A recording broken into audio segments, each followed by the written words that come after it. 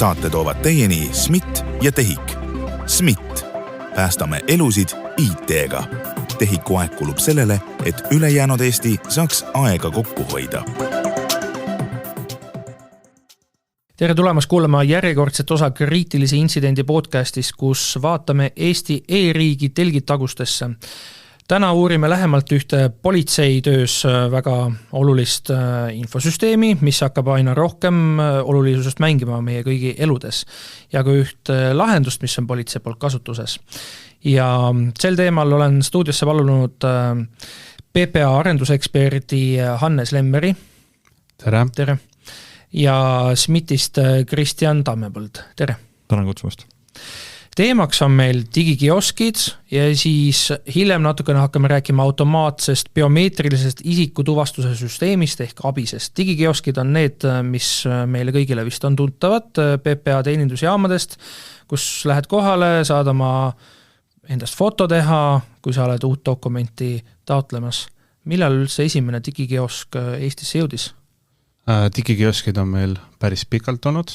Ütleme, et see hetkel on juba vähemalt teine hange, mis meil on. Esimesed taolised digikioskid, nagu me teenindustes näeme, jõudsid meil 2018 aastal ja sama tootja poolt me nüüd jätkasime.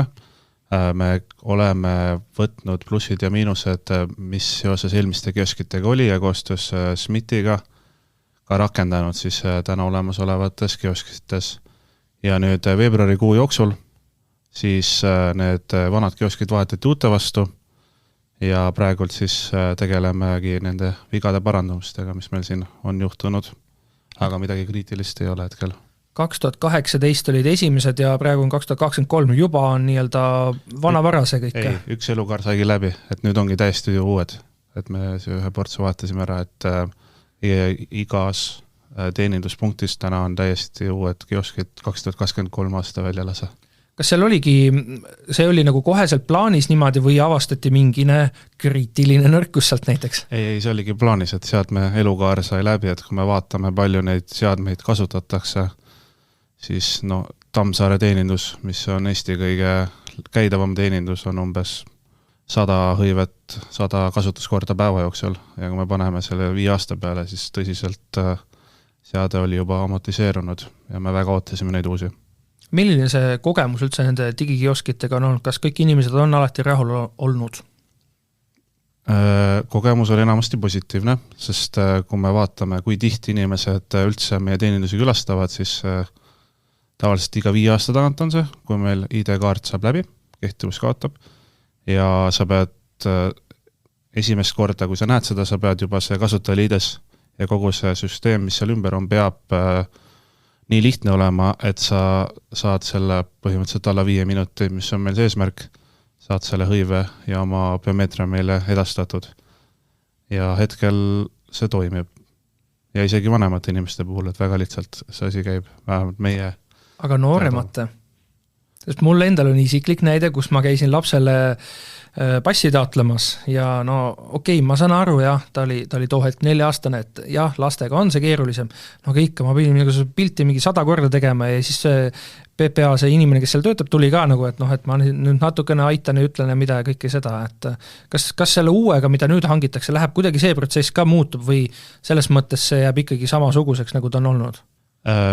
Lastega nõuete kohase dokumendi foto saamine ongi keerukas protsess ja uute puhul selles suhtes revolutsioonilisi muutusi ei ole, et meil kõikide kioskite puhul on toolid, kus sa saad lapsi istuma panna. Vajadusel on meil ka kui me räägime väga väikestest lastest, siis saab ka vanema sülle võtta, kus on siis toetavad siis vahendid, millega seda vanema särgi või midagi katta, et saaks selle nõuete kohase pildi teha. Kas te teete nii-öelda nagu Hollywoodi, et teil on see green screen on seal, mille siis vanem saab endale peale tõmmata? Põhimõtteliselt on põlletaoline siis asjandus või siuke, ongi siuke põll plasmassis suur, kus sa paned ümber ja siis kiosk saab aru sellest ja teeb selle pildi just selle põlve. Aga see on nüüd nagu praegu ka olnud või see on, mis tuleb alles? See ongi praegu olemas ja see tegelikult oli ka varasemalt lihtsalt nüüd me nagu see tool on fikseeritud asendis meil ja me jälgima, või selles suhtes, et ta nagu kiosk saab sellest aru. Väga huvitav, et siis mulle toona seda ei pakutud seda võimalust. Aga kuidas üldse nii-öelda natukene tehnilisemaks minnes selle digikioskitega, kas see on nagu täiesti PPA pärusmaa või siin on siis SMIT-il ka midagi teha? Ei, see ei ole PPA pärusmaa, see on suurem osa tegelikult, mis seal taga on SMIT, nii tootetoes meil ja SMIT-i leping, SMIT on ise, meil hankib PPA on tellin läbi SMIT-i need, et see kord me tegime teistmoodi. Varasemalt on ainult PPA-ld ja SMIT on nõuandub meile, aga see kord me siis tegime selle hankega natuke teistmoodi. Kas siis see kõik see taustsüsteem, mis seal on SMIT-i arendatud või sisse ostetud kuskilt? Kogu see uute digikioskite projektijuhtimine ja läbiviimine, et see on ikkagi SMIT-i vastutus olnud, aga kui me räägime selle kioski tarkvarast endast, siis see puhtalt on tegelikult ikkagi tarni poolt kõik arendatud, et roll, mis meil on meil põhimõtteliselt haldus ja monitooring ja ka siis uute versioonide paigaldamine ja probleemide siis ennetamine ja vajadusel ka parandamine. Et aga põhi kioski enda tarkvaras ikkagi tuleb tarnijalt. Kas SMIT kontrollib ka selle tarnija tarkvara turvalisust? Turvalisuse osas on ikkagi need ma mõtlen seda, et kui keegi kolmas ei saaks sinna süsteemi ligi kuidagi. Jaa, turvalisuse puhul ma arvan, et millest võime alustada on see, et kõik kioskid on ainult politsei ja piirivalve hoonetes, need ei ole välistes keskkondades. Lisaks sellele kõik politsei ja piirivalve seadmed on nagunii SMIT-i poolt juba hallatud ja kui me räägime nende kioskite turvalisuse vaates, siis need kõik on suletud võrgus, nendel ei ole ligipääsu välistesse võrkudesse ja lisaks sellele kõik biomeetria, mida me võtame või edastame, et need on juba EOS krüpteeritud ja kui nüüd peaks toimuma mingid süsteemilised tõrked või asjad, siis me tegelikult seda biomeetriat, mida me inimestelt võtame, me ei salvesta neid kuskile maha. Kui see sessioon peaks katkema väliste mõjude tõttu või inimese enda tõttu, siis me tegelikult kogu selle biomeetria kustutame. Et see on juba see, et kuidas me üritame siis seda turvalist nagu ennetada. Nii et dokumendi fotod neist digikioskitest ei saa kuidagi jalutama minna. Korrektne. Mul on väga hea meel kuulda. Ma loodan, et nii-öelda, kui internetiühendus katkeb, et see süsteem ikkagi nii, nagu te just kirjeldasite, töötab ka nii. Ja, meil on niimoodi tegelikult, et kui inimene näiteks ei pane tähele ja ta hakkab kuskile mujale vaatama, siis süsteemil on olemas peal tuvastamise kaitse, ehk et kui teatud aja jooksul kiosk ei ole tuvastanud inimese silmi, siis ta hakkab ise sessiooni sulgema, et see vahemik on seal kuskil 15 sekundit ja selle eesmärk ongi see, et seal on põhimõtteliselt 2 eesmärki, et kui inimene mingil põhjusel lahkub kioskist, et ei tuleks teine inimene ja tema andmetega ei jätkaks seda hõivet või pahatahtlikult ei teeks nende andmetega midagi, vaid siis selle perioodi jooksul see sessioon katkeb ja siis uus inimene saab alustada algusest. Või siis see sama näide, et kui võrguühendus kaob ära näiteks on ju, siis süsteem üritab 3 korda veel neid andmeid edastada, kui ei õnnestu, antakse kasutajatele teada, et palun pöördu teenindaja poole, et teie andmete edastamine ebaõnnestus ja andmed kustutatakse. Ja samamoodi on ka tegelikult see, et see sama 3. süsteem, kes neid andmeid hakkab hoiustama, on ju, siis kui see süsteem on näiteks maas, siis kiosk on täna juba niivõrd tark, et ta saab aru, et andmete edastamine ebaõnnestus ja antakse kasutajale teada nüüd see, et teie sessioon või teie siis andmete edastamine ebaõnnestus on ju. Aga nüüd on siin hästi oluline roll tegelikult selle kodanikul endal, et panna tähele sellest, et mis talle öeldakse on ju. Et meil on ka olnud kogemusi, kus tegelikult me hiljem logidest näeme, on ju, et probleem ebaõnnestus, aga kodanik ise seda ei ole tähele pannud, on ju, ja siis paratamatu on see, et ta peab uuesti tagasi tulema ja tegema uuesti selle õive, on ju, mis on...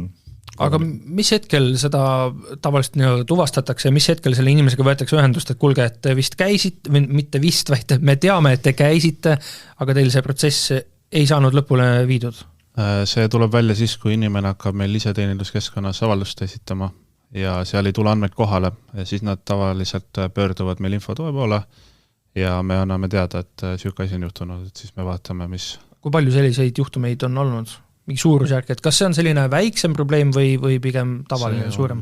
Võib-olla 3 kuu jooksul korra, see on väga harv probleem meil. Et inimesed üldse, Üldises mõttes nad ikkagi vaatavad, mis sealt siis tuleb. Ja no töökindluse mõistes selles suhtes meie jaoks on see probleem juba, kui andmed ei liigu edasi, et siis juba on meie jaoks intsident, et siis meil hakkab töö seisma jääma ja siis on probleem, et seda juba ei tohi juhtuda. Te mainisite, et see süsteem üritab veel 3 korda neid andmeid siis edastada. Kas see 3 korda toimub 3 sekundi jooksul või see toimub 3 minuti jooksul? Et täna me oleme niimoodi teinud, et iga 5 sekundi jooksul ehk siis 3 korda 5, et üritatakse seda edastada, on ju. Ja tegelikult on ka see, et süsteem on tegelikult niivõrd tark, et ta ise üritab siis ikkagi aru saada sellest, et kas võrguühendus on tagasi tulnud, et kui võrguühendus on ikkagi maas, siis süsteem ei lase uuel kliendil alustadagi hõivet, on ju, ta ütlebki, et tehniline tõrge ja nüüd siis kas siis meie või siis ametnikud annavad meile sellest teada, et me vaataks, mis seal taga siis päriselt toimub, on ju, et ei tekiks seda olukorda, et uus klient tuleb urraaga peale, on ju, ja hakkab hõivama ja siis hops, ei saagi tegelikult andmeid edastada. Kuulge, aga eestlastele meeldib ennast ikka teistega ka võrrelda. Kuna see riistvara, mida te kasutate, on sisse ostetud ühe ettevõtte poolt, siis see annab selle võimaluse, et ka teised riigid kasutavad analoogset lahendust. Kui paljud teised riigid kasutavad selliseid digikioskeid? Riistvara lihtsalt ikka kasutatakse. Leedus peaks olema täpselt sama tarne poolt need kioskid, aga see, mis kasutajaliides ja mis seal sees on ainult Eesti jaoks üles ehitatud lähtuvalt siis, kuidas PPA on tellinud. Aga lihtsustatult öelduna Leedus on midagi analoogset, et inimene saab minna sealsesse politsei juurde, kui ta enda dokumenti taotleb siis? Seal on siis kodakondsus ja migratsiooni amet või taoline üksus ja neil on väljast näeb see täpselt samamoodi, täpselt samasugune kiosk, küll on aga neil selles suhtes ta ei ole niimoodi üles ehitatud, et inimene ise läheb, vaid ikkagi seal on nagu leti või teenindaja on ikkagi iga kioski peal olemas, et meil on natuke ikkagi niisugust vabadust ise seal proovida alguses. Eestis on vist see luksus, et see teenindaja on juures ainult väiksemates kohtades, nagu näiteks Kuressaares. Tegelikult on ka meil ju igas suures teeninduses on Ukraina sõjapõgenikud, kes meid abistavad ja töötavad, et mõnikord võibki juhtuda, et meie teenindaja ei valda nii hästi eesti keelt, et suhtleb inglise keeles või vene keeles, et aga selles temal on vastav riietus selles, kus sa saad aru, et ta ei ole teenindusametnik, vaid ta meil on ostetud ja nemad ongi need spetsiaalseks iga päev ka abistavad. Tulevad juurde, küsivad, abistavad, näevad, et kui sa oled liiga kaua seal on, tegelikult on mingi probleem, et aitavad seda teekonda mugavamaks teha. Kas te saate ka välja öelda valjuhäälselt kõigi kuuldes, et kui palju selline üks kiosk maksab? Ei saa välja öelda. Aga kui palju kõik need kioskid kokku maksavad, seda ikka saate öelda? Kogu see lahendus siis? Me ei ole seda veel niimoodi rahadesse löönud, et seda eelarve numbreid mul hetkel ei ole võtta niimoodi. Kas te olete vaadanud, kui palju töötunde on võimaldanud need digikioskid säästa inimeste reaalset töötunde siis alates 2018. aastast? Kahjuks on ka selles küsimuses vastuse võlgu, sest me ei ole seda nii mõõtnud. Kindlasti see on päris suur, arvestades seda, et ka me tahame ka mingi hetk teenindustest välja liikuda nende kioskitega, et siis ka veel mugavamaks seda teenust teha. Aga me ei ole veel seda niimoodi mõõtnud. Kas te oskate võimalikult detailselt, aga mitte liiga tehniliseks minnes seletada lahti, et kui mina kodanikuna lähen sinna kioskisse, teen selle pildi ära ja annan ka oma sõrmejälje, kui ma ei eksi, jah, oli nii, siis mis siis reaalselt edasi saab, mis seal taustal toimub? Taustal see komplekt, või Kristjan tahad ise rääkida? Ja, ma arvan, et me peame juba alustama sellest, et siis kui me pildi tegema hakkame tegelikult, siis esimene asjana tegelikult see, millest võib-olla tavalkodanik sageli võib-olla valesti mõistab, on see, et see pilt, mis tehakse, on ju, et see tegelikult ei ole ilupilt, on ju. Et me tavaliselt arvame, et võimalikult ilus oleks, on ju. Tegelikult see eesmärk on isikut tuvastav pilt saada kätte, mis vastaks siis nendele standarditele ja nõuetele, et hiljem oleks võimalik siis seda pilti võrrelda või verifitseerida siis selle sama pildi vastu. Ja esimene asi ongi siis see, et saada isikult kätte, et see algoritm teeks siis selle analüüsi ära ja me saaksime selle nõuetele vastava pildi. Ja siis nüüd tegelikult järgmine etapp on sarnase loogika alusel on tegelikult need sõrmejäljed, kus siis süsteem tegelikult nüüd sõltuvalt on nüüd stsenaariumist, et kui me räägime Eesti kodaniku omast, et siis seal me teeme 4 sõrme ja siis võetakse sealt välja 2 parimat tulemust ja nüüd, kui me räägime viisast, siis tegelikult on vaja hõivata 10 sõrme, on ju, ja siis süsteem tegelikult taustal siis teeb seda kvaliteedihinnangut ja vastavalt siis sellele, kui need ka vastavad nõuetele, siis juba liigutatakse need edasi järgmisesse süsteemi. See kvaliteedi nõue tähendab seda, et süsteem saab aru, et kui mul on mingine müts on peas, rätt on peas, katan oma nägu, klassikaline jälle Hollywoodi filmis see nii-öelda naljavunsi panen ette, et siis ta saab aru kõigest sellest. Mitte kõigist, selles mõttes, et just see konkreetne mütsi näide, mis teil on, et tänane uus kiosk, enne kui, mis me siis oleme teinud tegelikult, enne kui sa hakkad pilti tegema, siis sinna tuleb see peeglivaade, kus siis inimesed saavad veel ennast otsa vaadata, ennast sättida, eemaldada ja siis seal öeldaksegi tegelikult, et palun eemaldage prillid või müts, on ju. Ja tegelikult, kui pilti tehakse, siis prillid võivad ees olla, aga seal on alati see oht, et kui prilliraam on liiga tugev või prill tekib peegeldus, siis ta ei pruugi nõuetele vastata. Et meie soovitus on alati see, et kui on võimalik, võtke prillid ära ja tehakse teist pilt. Ja mütsiga on siis, mütsi osas oskad sina täpsemalt rääkida, et see sõltub jälle rahvusest. Ei, müts ei tohi olla dokumendifotol. Teatud juhtudel saab erisusi teha usulistel põhjustel, aga siis tuleb läbi Siseministeeriumi vastav taotlus teha ja nemad annavad nõusoleku. Nii palju, kui ma varasemast mäletan, siis selliste erisuste puhul ongi see, et siis kahjuks seda digikioskit ei saagi kasutada. Et siis kogu see protsess on täitsa teistsugusem. Ei, nüüd saab kindlasti, et kui on ikkagi digikiosk ütleb, et see foto ei sobi, siis alati teenindaja saab öelda, et vaatata peale, tema ütleb, et jah, ikkagi see foto sobib ja see foto läheb edasi, et see ongi see teatud need erisused, mida me oleme uute kioskitega rakendanud. Ja tulles tagasi teie selle esimese näite juurde, kus te rääksite enda lapsest, on ju, ja lapse puhul ongi keeruline pilti teha, sest et mida see kiosk üritab teha, on see, et ta otsib isiku silmasid ja kui siis isik on paigal, siis tehakse sellest pilt, aga lapse puhul ongi see keeruline, et lapse enda silmad kõigepealt pilguvad, on ju, siis ta pea liigub igale poole ja sellest tulenevalt ongi süsteemil seda keeruline pilti teha. Aga nüüd see funktsioon siis tegelikult võimaldab seda, et me teamegi, et lastega on keeruline pilti teha, on ju, et üritatakse need 3 pilti ikkagi ära teha, on ju, ja nüüd, nagu Hannes kirjeldas, siis ametnikul on võimalik siis sellest 3 valida see parem pilt, on ju, aga kindlasti on ka see, et me ei saa ikkagi nagu, kui ükski pilt ei sobi, siis me peame neid nii kaua tegema, kuni see nõuetele vastav pilt tekib, sest et see on hiljem see, mille alusel me saame siis kas siis tuvastada või siis verifitseerida seda isikut. Kas see süsteem võrdleb ka seda fotot, mis parasjagu on seal tehtud, selle dokumendi fotoga, mis on eelnevast korrast siis seal süsteemis olemas?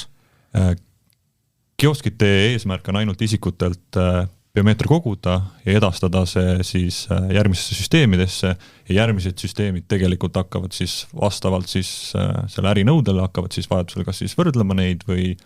Jah, et kiosk ei küsi kuskilt andmeid, kiosk ainult edastab andmeid, et tal sisse talle niimoodi andmeid ei tule. Aga kuskil siis mingine süsteem ikkagi on, vaatab, et kui ma 5 aastaga, no ikka märgatavalt on see välimus on muutunud, et siis nagu mingi punane lipukene, et siin keegi inimene peaks ikkagi lähemalt vaatama, mis toimub. Jaa, need, kus me seda vaatame, ongi siis dokumenti taotluse sisestamises.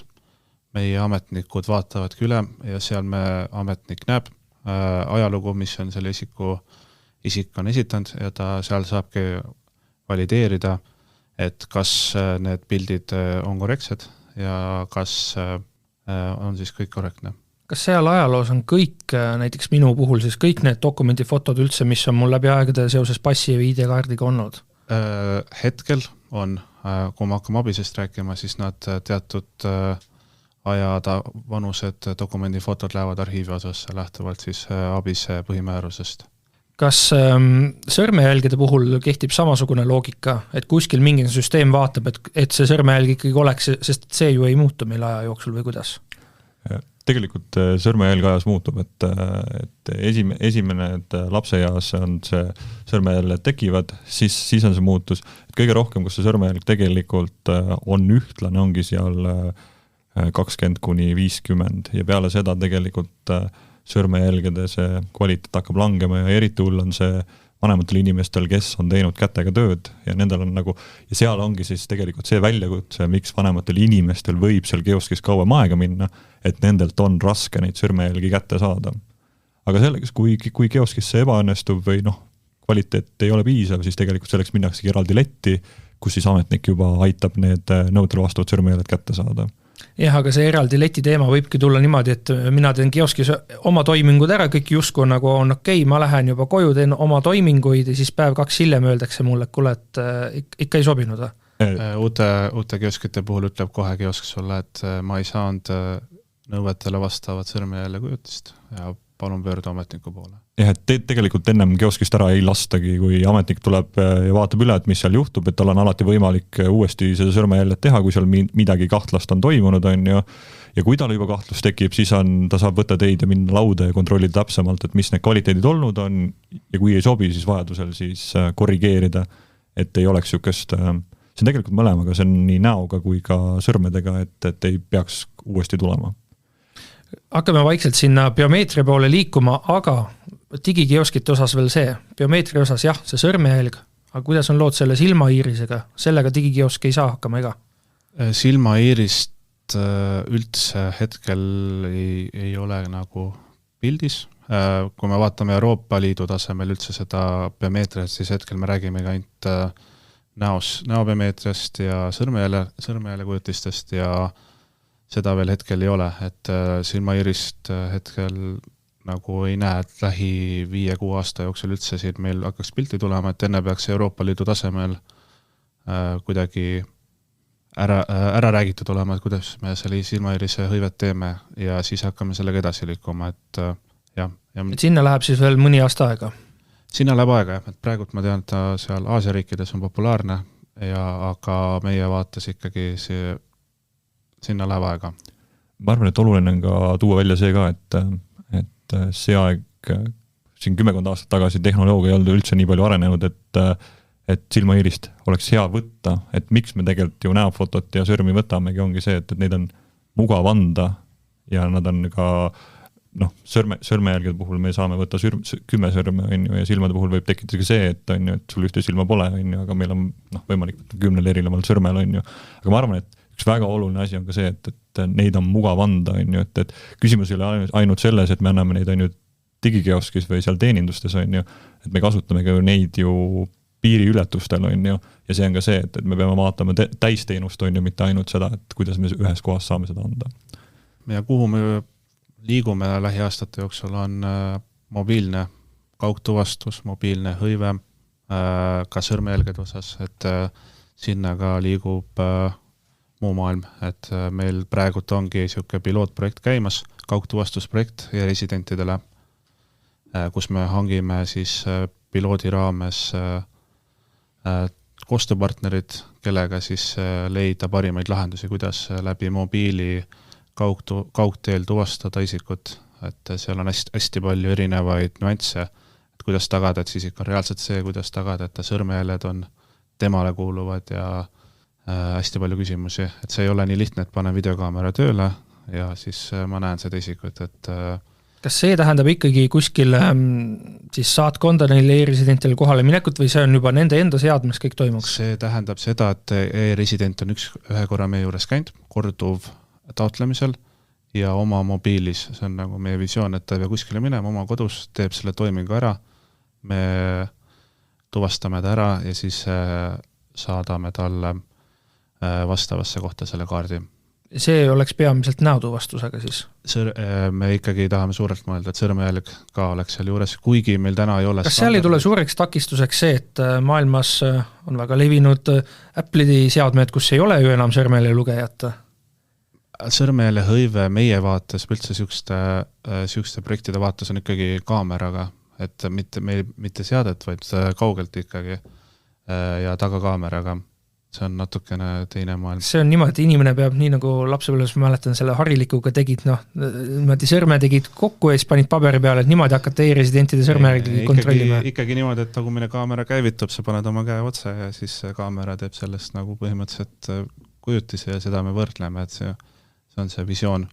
Ja see projekt on selline algusfaasis, aga sinna te tahate ta ikkagi liigub selles suhtes, et hetkel me kirjutamegi tehnilist kirjeldust kokku juba, et meil on turuanalüüs tehtud selles vallas, me teame umbes, kus see maailmaseis täna on ja see ikkagi nagu liigub, et mida me pingsalt ootame on see, et standard töödeldakse välja, et ma tean, NIST lubas juba eelmine aasta oktoober, et tuleb standard, nüüd on see nagu edasi lükanud, et me seda nagu väga pingsalt ootame, et just selle hõive raames tuleks ka mingisugune rahvusvaheline standard välja. Oleme biomeetrist juba tükk aega rääkinud, aga selline lühend nagu ABIS, mida siin saate alguses sai ka mainitud, automaatne biomeetrilise isikutuvastuse süsteem. Kui kaugel selle arendusega ollakse? Selle arendusega me oleme täpselt nii kaugel, et hetkel käivadki arenduste testimised nii SMIT-i poolelt kui ka kohe hakkavad PEPA poolelt käima, et SMIT veel teeb viimaseid arendusi testib, paar viga on välja tulnud, aga ei ole midagi kriitilist ja varsti hakkab PEPA testima ja siin mai alguses me loodame, et lähme siis live-keskkonda, et me kaua sellega taha oodata, et ja siis hakata nagu laivis tulevad vigu parandama ükshaaval. Ja siis, kui ta jõuab reaalsesse kasutusse, kas siis on ta ka nende digikioskitega seotud, et kui mina annan oma sõrmejälje digikioskis ja mu sõrmejälg sobib, siis ta jõuab ka koheselt sinna ABISesse?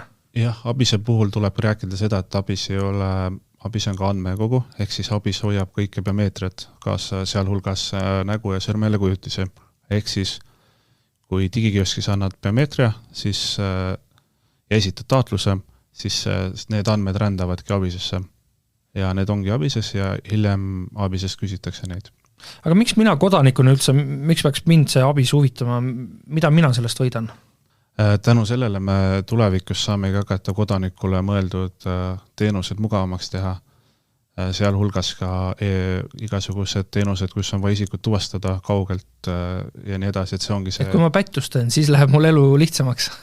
Selles suhtes, et neil läheb ka lihtsamaks, aga me mõtleme ikkagi selles vaates, et kuidas seda mugavamaks teha ja just kõik need uued lahendused, kui me räägime e-riigi äppist ja kõik need, et siis ABIS oleks see nurgakivi, mille vastu see tuvastus hakkaks põrgama ja ka see võrdlus ja see jah-ei vastuse saamine. Et see on see alustala, mis üldse ilma milleta nagu väga raske mingit tuvastuslahendust riigil pakkuda. Ja kui me räägime pättustest, siis tegelikult see, kui tavakodanik laeb oma pildi ABISesse, siis tegelikult need, kes pättust teevad, siis süüteomenetluse raames me peab olema kohtuluba, et üldse tulla sellele tavakodanike piltidest otsima neid andmeid, et seal on 2 eri asja. Ja võib-olla kui biomeetrist rääkida, et kui me tuleme korra selle kvaliteedi juurde tagasi, on ju, et selleks, et me saaksime üldse kodanikule neid teenuseid pakkuda, on ju, kui minna kodanikuna tegelikult sinna digikioskisse, teie mõtlete alati selle peale, et saaks võimalikult ruttu selle tehtud ja saaks minema, on ju. Et tegelikult kvaliteet tulebki sellepärast mängu, et kui see kvaliteet on võimalikult hea, siis me saame hiljem pakkuda nii lisateenuseid teile, et just selle verifitseerimise näol ja tegelikult võib-olla ka üks teenus, seda ei saa küll teenuseks nimetada, aga on ka olukorrad, kus inimesed lähevad kaduma, on ju, meil on vaja inimest tuvastada ja see on ka see võimalus, kus me saaksime seda teha, on ju, ja kui sõrmele kvaliteedid on kehvad, siis me tegelikult üritame udu-kogu vastu võrrelda ja me ei saa mingit tulemust, on ju.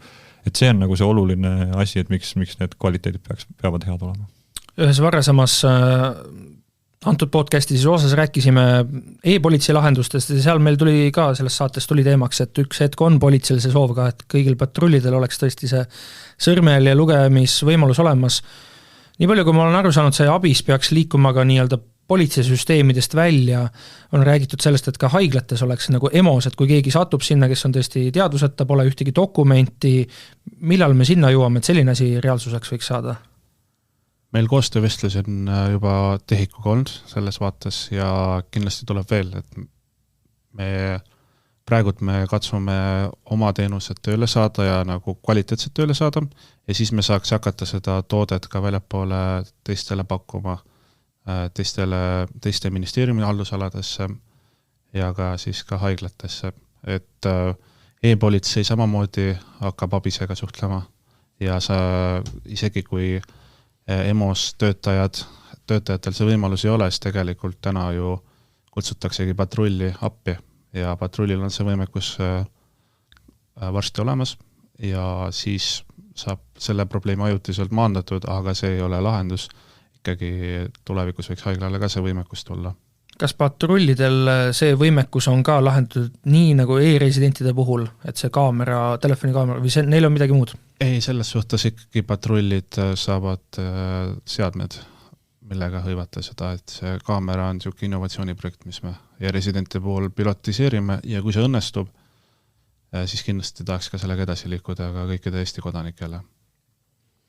Et kui me võib-olla räägime korras selle visioonist jälle, et siis SMIT-i vaates, kui me räägime biomeetriast, siis üks oluline soov selle tootestamise osas on ka just see, et see biomeetria teadus liiguks ühte kohta, et iga riigiasutus ei hakkaks ise oma biomeetria lahendusi ja soove tegema, vaid pigem on see, et me koondame selle teadmus ühte kohta, samad arendusprojektid, mis me oleme teinud PPA-ga, et see kogemus, need tooted, mis me loome, et me saaksime luua tsentraalsed tooted, mida saavad kasutada ka teised asutused, on ju. Ja täna ongi meil juba olemas näited, kus sõrmejälje lahendused, need, mis letis kasutatakse, on ju, sama kasutavad ka tegelikult välisministeeriumid oma süsteemidesse, nad ei pea nullist hakkama jälle midagi arendama, leiutama, on ju, ja veel võib-olla üks näide sellest, et mis me oleme siin hiljuti teinud, vist ei ole veel meediasse jõudnud, aga on siis see, et Entry-Exiti projekti raames tegelikult meil on olemas juba selline lahendus, kus saatses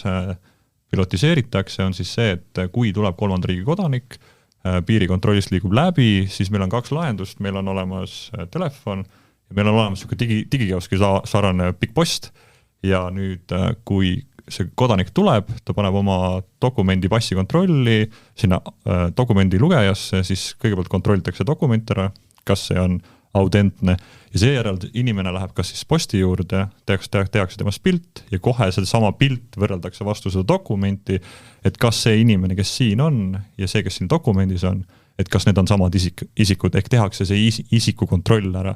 Ja sama lahendus on tegelikult olemas ka nüüd meil iPhone'ides on ju, ehk telefoniga sa saad teha sellest isikust pilti, see telefon annab sulle ise kohe teada selle, et kas need vastavad tingimustele on ju, ja siis sama kontroll tehaksegi tegelikult selle dokumendi vastu. Aga miks see telefon on oluline, on see, et post on ju piiratud liikumisega, on ju telefoniga, mida me saame teha, on see, et kui näiteks auto tuleb, perega tuleb, on ju piirikontrolli sisse, siis on võimalik telefoniga terve see pere ära pildistada, võtta need dokumendid ja siis järjest ära kontrollida, et kas need isikud on need isikud, on ju.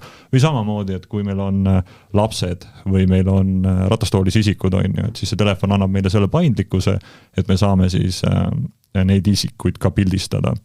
Ja see siis annabki selle tõsikindluse ja tõstab seda sisse turvalisust, et need kolmandatest riikides isikud, kes meie riiki tulevad, et meil on olemas ka need on siis kontrollitud isikud.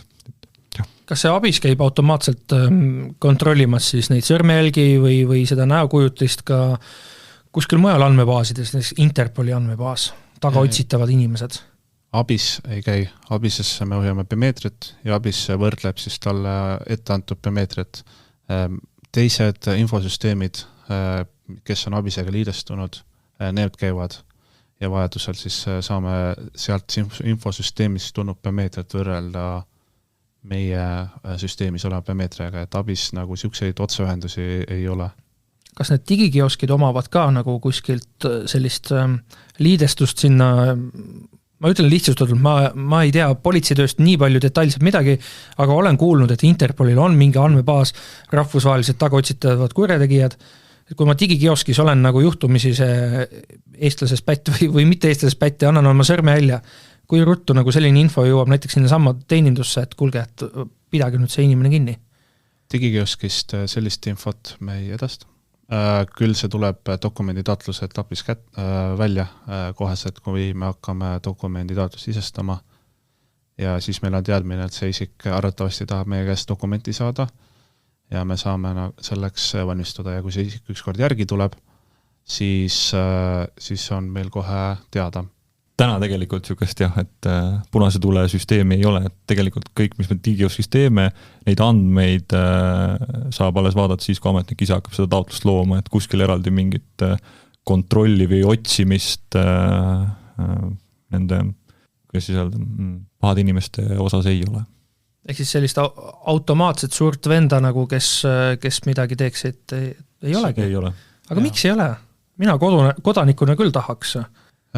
Kas meil on tõesti sellised seadused ja regulatsioon, mis keelab sellist asja? Üle biomeetriliste süsteemide suured otsingud, see nõuab teatud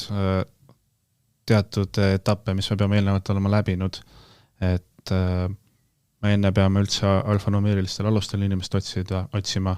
Kui me ei leia, siis alles hakkavad need üle abise uksed avanema, et siis me saame alles hakata üle nagu meie mõistes siis üks enne otsingut tegema, ehk siis annan pildi ja abis annab vaste ja seda hästi väikestes etappides tehakse ja nagu väga kontrollitud on, et niisama kaamera tööle panna, kõik inimesed üles jäädustada ja otsida, kes ta on. Esiteks tänane õigusruum väga ei tolereeri seda, isegi kui me selle ära põhjendame, siis tulevikus meil arvatavasti Euroopa Liidu AI Act hakkab seda ka piirama väga-väga korralikult, et mis lähiajal on praegu arutelul ja vaatame, mis sellest välja tuleb, et seal on tegelikult pannakse ka väga suured piirid ette. Et peame muud moodi need isikud tuvastama. Mõni aasta tagasi oli meil tõesti selline kahetsusväärne juhtum, kus dokumendifotod läksid liikvele väga paljud eestlaste omad. Kuidas te abise puhul saate tagada seda, et sealt ei läheks siis need sõrmeljed ja näojäljed liikuma? No esiteks me õppisime sellest vigadest, see on parandatud, teiseks meil abisel tehti turvaanalüüsid ära nüüd ja sealne tagasiside oli, et kõik on korras, positiivne ja suuri puudujääke minu teada hetkel ei ole, et sellega oldi väga rahul, kuidas meie tänane abis on üles ehitatud. Kas SMIT käib ka siis, kui see abis nüüd hakkab, ta on peaaegu kohe valmis, kas te käite ka siis nii-öelda aeg-ajalt uksi logistamas, otsimas sealt mingit puudujääke või kohti, et kust keegi võiks teoreetiliselt sisse pääseda? Ma võin vastata SMIT-i eest, et kindlasti me jälgime seda, me süstemaatiliselt ei hakka otsima, aga seal SMIT-is kindlasti nad tagavad selle. Kas te saate rääkida ka sellest, et kus kohas seda abist nii-öelda töös hoitakse, kuskil mingine pilv, kus on selle asukoht on väga salajane, kuidas see kaitstud on selles mõttes, et ta füüsiliselt nagu keegi seda serverit ei saaks nii-öelda katki teha? Ma arvan, ma neid telgitagusid hetkel avama ei hakka. Kas oskate te seda öelda, et Eesti.ee-s on meil selline asi nagu andmejälg ja on öeldud väga palju ju räägitud, et igast asjast jääb alati jälg maha. Kas selle abise puhul jääb ka kuidagi jälg maha, et keegi on minu sõrmejälge vaadanud? Selles suhtes abise otse niimoodi andmejälgega ei suhtle, et pigem on need andmekogud, mis ütlevad, et sinu kohta on andmeid vaadatud ja seal andmekogu taga ongi nagu ka abis, et kui me otsime näiteks Hannest, minu andmed on ITAK andmekogus näiteks, siis ITAK andmekogu võtab abisest pildi ja andmejälgesse jääb, et ITAK andmekogust on andmeid vaadanud, et eraldised sükest abiserida seal hetkel ei ole. Ma täpsustan, et sellise tase logi peaks kindlasti olema, et mis kasutajaga, kes käis vaatamas andmeid, et sükene logi on olemas turvalisuses vaatest juba kindlasti. Ja seal on ikka need punased lipukesed ka olemas, kui keegi hakkab liiga palju vaatama kellegi nii-öelda infot, et ta ei läheks üle kätte, ütleme nii. Abise vaates ma jään vastuse võlgu, aga kui me räägime andmekogudes, kus näiteks digikioski andmeid saadetakse, siis eraldi sükest kontrolli ei ole, aga meil on kindlasti logid maas, et vaadata, et mis põhjustega live andmebaasidest on keegi mingid andmeid vaadanud. Ma võin öelda, et meil on sisekontrollibüroo, kelle tööülesanne üks ongi sükest liiklust jälgida ja kui Tanel Padarit otsitakse 4 korda, siis järelikult on midagi valesti näiteks. Ja need info tuleb meile välja ja siis me küsime, mis juhtus. Ja, et seda me kindlasti igapäevase töökäigus jälgime, et inimese andmeid ebaotstarbekalt ei pärita, ei vaadata, et see tegelikult peab olema põhjendatud ja see on iga politsei tööliinis niimoodi. Enne selle saate salvestust, kui ma otsisin abise kohta infot, siis kui ma eksi, oli Siseministeeriumi veebilehel oli nagu pikk ja põhjalik seletus selle kohta. Lisaks sellele, et seal oli seda haiglate ja emode teemat oli mainitud, seal oli ka mainitud, et kunagi ühel päeval, ühel heal ilusal liilelisel päeval võiks ka erasektor kuidagi abisega olla koostööd teha.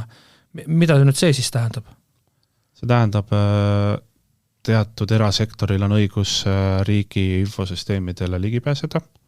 sealt andmeid pärida, me räägime hetkel finantssektorist. Et ühel päeval võib tähendada see seda, et näiteks kui sa läheb pangas endale uut krediitkaarti taotlema, oled esimest korda pangas, siis tegelikult ka me teeme biomeetrilise võrdluse vastu siis abist ja pank saab teada, et kas isik on tõsikindlalt see, kes ta väidab ennast olevat. Aga see kõik ongi see nõusolekul ka, et pank ise niimoodi niisama kellegi andmeid pärima ei hakka. Tänane koostöövis peaks olema selles, et just tõkestada seda rahapesu ja terrorismi, et nendes õigustes neil on vist täna juba see koostöö riigiasutustega olemas. Jah, et tulevikus ka siis arvatavasti hakkame ka siuksed biomeetrilise võrdlusteenused neile pakkuma. Ja see tulevik on aasta 2 või 5 või 10 aastat? Ma arvan, et tehnoloogiliselt meil oleksime täna juba võimelised, aga nagu kõikide nende kuna biomeetria andmed on väga tundlikud isiku andmed, siis eelkõige me räägime seadusest ja õiguslikest lubadest. Jah, ütleme nii, et kui meil TEHIK-uga on arutelud alustatud, siis erasektoriga me veel arutelusid veel ei ole alustanud, aga kindlasti oleme avatud. Ehk siis see on kohati selline asi, mida me ootame nüüd seadusandjalt, et peaks natukene seadusi muutma? Ma arvan, seadused liiguvad õiges suunas, lihtsalt ongi see, et me hetkel abise projekt läheb alles esimeses haldusmoodulina esimeses abis nagu laivi, et õpime oma vigadest, saame selle süsteemi korrektselt tööle ja siis hakkame laienema, et ei tahaks pakkuda väljapoole ja teistele partneritele natukene toodet, mis ei ole meie poolt lõpuni ja ei ole laivis meil kindlalt. Ma arvan, et siin on hästi oluline ka see, et kui me räägime sellest abisest, et kodanik tahab väga täpselt teada, mis tema andmetega tehakse, on ju, ja me peame väga selgelt ka ütlema välja selle, et mida me ei tee, on ju, ja sellepärast ongi see õiguslik alus väga oluline, et me võime siin rääkida küll sellest, et startuplikult on ju, et me võiksin teha ühtesid ja teisi tooteid, on ju, aga oluline ikkagi see, et me eelkõige seadus, milleks me neid andmeid kasutada võime, on ju, ja kui seadus tuleb järgi, siis me võime ka pakkuda neid tooteid siis teistele tarbijatele. Eks kokkuvõtlikult me ei tee seda, et meil ei ole sellist suurt venda, sellist automatiseeritud suurt tööriista, mis kogu aeg jälgib meid nii-öelda. Ei, meil ei ole kindlasti sellist suurt venda, kes jälgib, kus ma olen, mis ma teen ja kui kaua ma teen ja kus ma edasi lähen, et seda ei ole ja ei tule ka.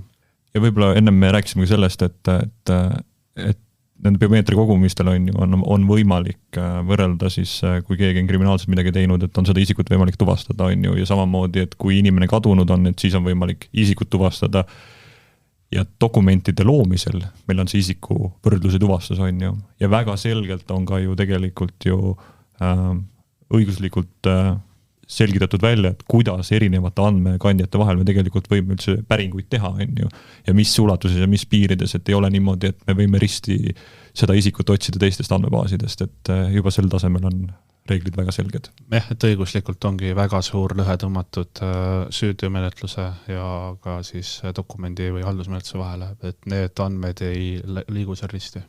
Head kriitilise intsidendi kuulajad, ma loodan, et see saade oli teie jaoks sama kasulik kui mulle, mina sain selle nii-öelda kindlustunde, et senimaani, kuni ma pättust ei tee, ma ei pea kartma seda väidetavat suurt venda, mida kuskil ulmefilmides on ja ulmekirjanduses, aga tegelikult reaalsuses vähemalt nii palju, kui meile PPA-st siis Hannes Lember ja Smitist Kristjan Tammepõld ütlesid, Eestis ei ole ja loodetavasti ei tule ka siis.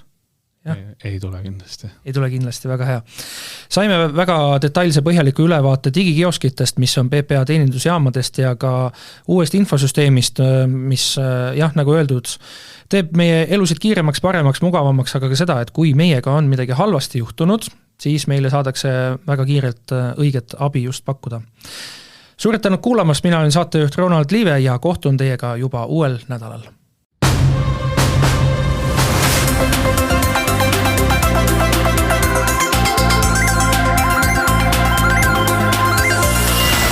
Saate toovad teieni SMIT ja TEHIK. SMIT. Päästame elusid IT-ga. TEHIK-u aeg kulub sellele, et ülejäänud Eesti saaks aega kokku hoida.